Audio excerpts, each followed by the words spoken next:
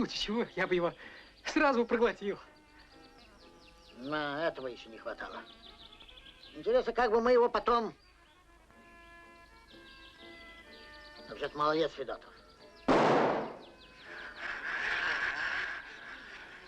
В старых ритмах 1982 года.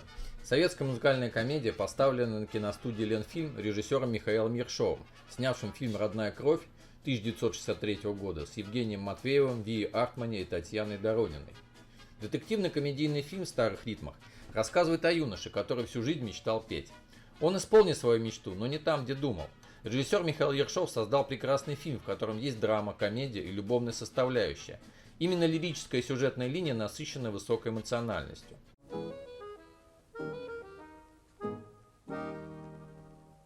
Образ твой я вижу всюду, ведь любовь подобна чуду. Может, петь бы и не надо эту серенаду. Эх, была, не была мне моя любовь награда. Главную роль в замечательной музыкальной комедии, к сожалению, почти забытой, сыграл Семен Морозов, которому удалось прекрасно перевоплотиться в молодого и немножко взбалмошного парня. Дополняют киноленту прекрасные музыкальные композиции, а также детективная составляющая. Финал картины интересный и глубокий. Кто самый популярный Макс Ланкастер? Как солнце лучезарный Макс Ланкастер. Уверен целый свет, что лучше Макса нет. Его весь мир, конечно, знает, напевает, повторяет. Самый популярный Макс Ланкастер. Кумир наш легендарный Макс Ланкастер. Фильм в старых ритмах, актеры и роли. Семен Морозов, Никита Федотов, стажер в уголовном розыске, изображающий Макса Ланкастера. Анастасия Глёс, Зося Голубкова, соседка Никиты, в которую он влюблен. Николай Трофимов, Василий Кузьмич Штыков, начальник уголовного розыска. Золтан Локер, Макс Ланкастер, иностранный певец-гастролер. Александр Захаров, Жан, импресарио Макса Ланкастера. Сергей Филиппов, Сергей Геннадьевич, начальник милиции. Михаил Щетинин, Микола Пилипенко, напарник Никиты. Алексей Кожевников, Кошкин, милиционер. Михаил Аптекман, музыкант Лёва, Лев Сергеевич. Татьяна Пелецкая, женщина-вамп. Вот это здорово. Ворошиловский стрелок. Спасибо, да. Поздравляем. Вокзал на станции Дно, где происходит событие картины, был построен только в 50-х годах. Аттракцион «Американские горки» снимался в Приморском парке Победы в Ленинграде. В старых ритмах первый фильм студии «Ленфильм» с экспериментальным стереозвуком на оптической фонограмме. Сцена погони в конце фильма происходит на территории Александровского парка в Пушкине. Все стихи песен в фильме в старых ритмах 1982 года написаны Львом Куклиным, который является автором прекрасной песни «Дружба нас веди» к фильму «Макар Следопыт» 1984 года, обзор которого есть на канале. Заглавная композиция «Серенада», исполняемая героем Семена Морозова «Эх, была, не была», его возлюбленной Зоси выше всяких похвал. Когда она звучит, глаза увлажняются, настолько она искренна и романтична, несмотря на кажущуюся простоту. Без звучащей серенады фильм в старых ритмах потерял бы значительную часть своего ритма и той атмосферы 30-х годов, как их понимали 80-е, и что уже не смогут повторить сегодня. Послушайте серенаду Никиты и захотите пересмотреть фильм еще раз. Сможешь? Да и мы поможем. Да ты что? Шляпу, пожалуйста. Шляпка люкс. Импорт есть импорт.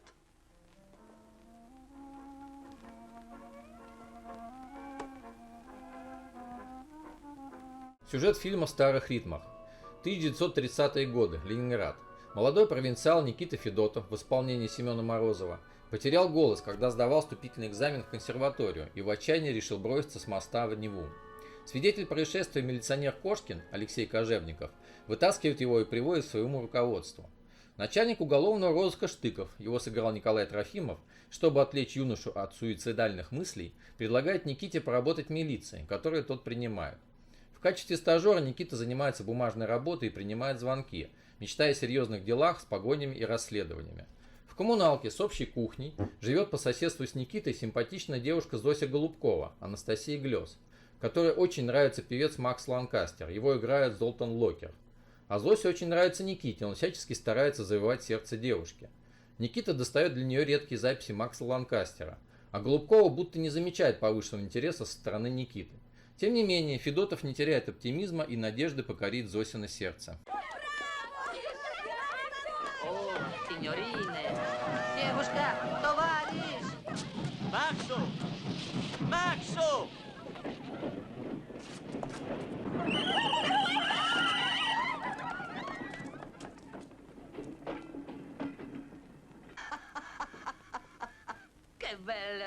Какие девушки в городе дно. Я даже в Париже таких не видел. Вскоре Никита получает возможность не только анонимно петь серенаду по телефону для Зоси, но и поучаствовать в детективной истории, в чем ему поможет его вокальный дар.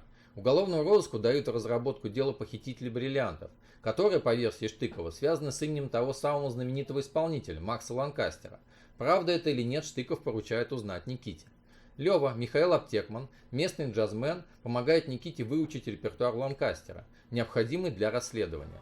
Никита очень смело находчив в обычной жизни, но как только дело касается пения перед большим количеством зрителей, его охватывает ужас.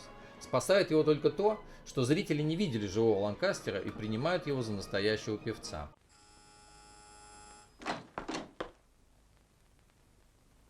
А вы знаете, кто это? Впервые вижу. Это Макс Ланкастер. Вам меня не разыграть. Заканчивается первое отделение концерта.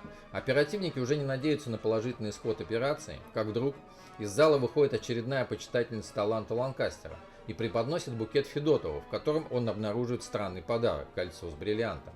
В гримерке Никита находит в шкафу своего связанного напарника Пилипенко, Михаил Щетинин, и убегает через окно от импресарио Ланкастера месье Жана, являющего главарем международной шайки преступников.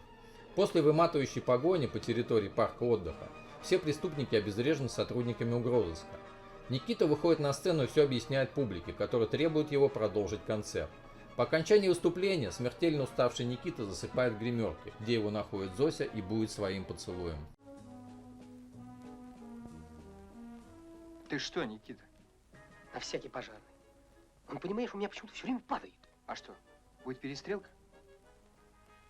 Боишься? Ничуть. Ну как ничуть? Мне бы только бы успеть первый аккорд взять.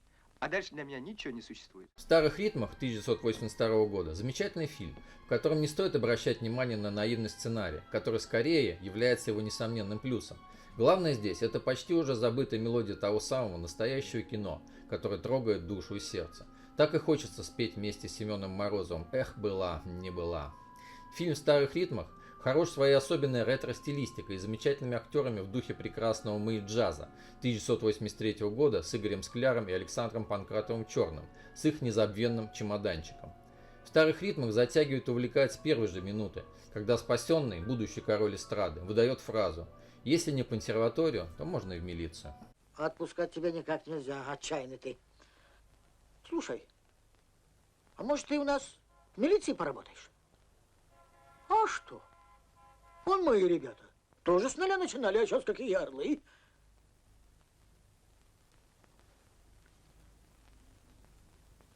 Если не в консерваторию, то можно и в милицию. Семен Морозов и Николай Трофимов превосходно смотрятся в антураже СССР, времени НЭПа, новых надежд и относительной свободы 20-х годов, показанных легко и радостно, а серенада главного героя просто шедевр. Детективная интрига в старых ритмах, хотя простая и очевидна, но лиха и остроумна. Сегодня такое кино уже не снять, для этого нужно жить в том времени. Периодически пересматриваю это прекрасное доброе кино, в котором все выполнено на высшем уровне, от сценария до исполнения ролей. Во времена многомиллионных марвеловских блокбастеров иногда хочется чего-то простого и настоящего, детектива, любви и музыки в старых ритмах.